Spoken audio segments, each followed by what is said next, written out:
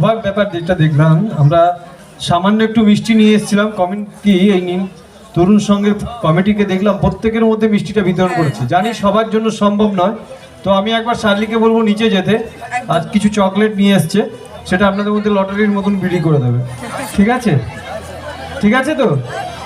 কিন্তু কেউ উঠবেন না, আর কেউ সেলফি তোলার জন্য উঠবেন না, আর হাত মেলবেন, তাহলে কিন্তু চলে আসবে। ঠিক আছে? একদম যাবে, নিচে যাবে, গান করতে করতেই যাবে, আপনাদেরকে চকলেট দেবে এবং তারপরে ফিরে আসবে। তো চলো চলো।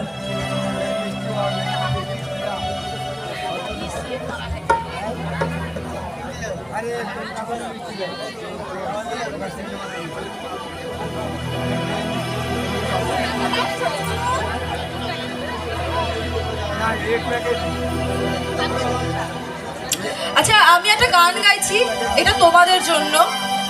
এটা মানে অনুষ্ঠানে নাচার গান নয়, কিন্তু গানটা তোমাদেরকে ভালোবেসে গাইছি, ভাইরাল গান, আশা করি সবাই জানো গানটা। চলো, এদিক দিয়ে নামা যাবে, নামা যাবে না।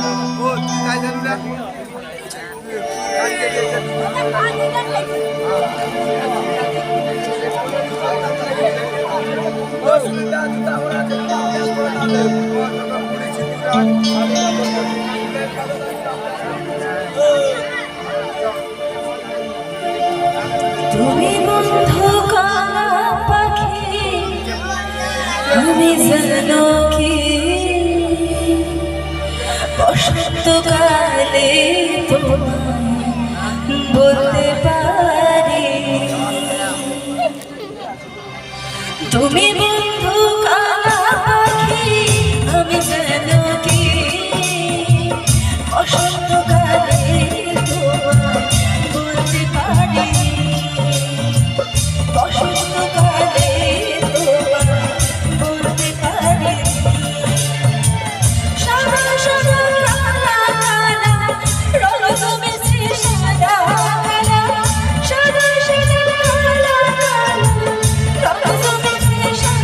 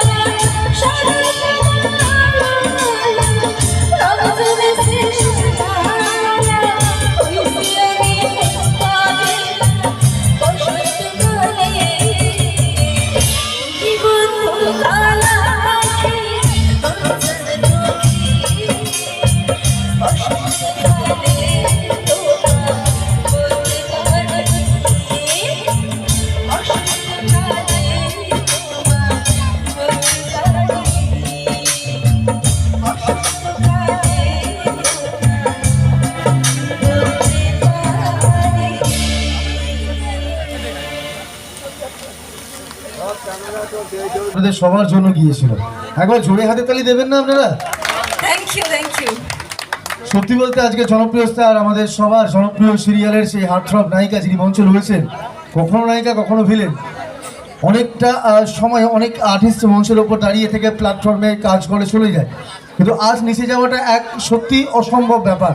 তাই আমি আমার ব্যান্ডের পক্ষ থেকে কুর্নিশ জানাই দি রকস্টার পরিবার, ঈশ্বর স্বরূপ মাইতি প্রেজেন্ট আজকের রকস্টারের পক্ষ থেকে, যে এত সুন্দর আর্টিস্টের সঙ্গে আমরা কাজ করার সুযোগ পেয়েছি।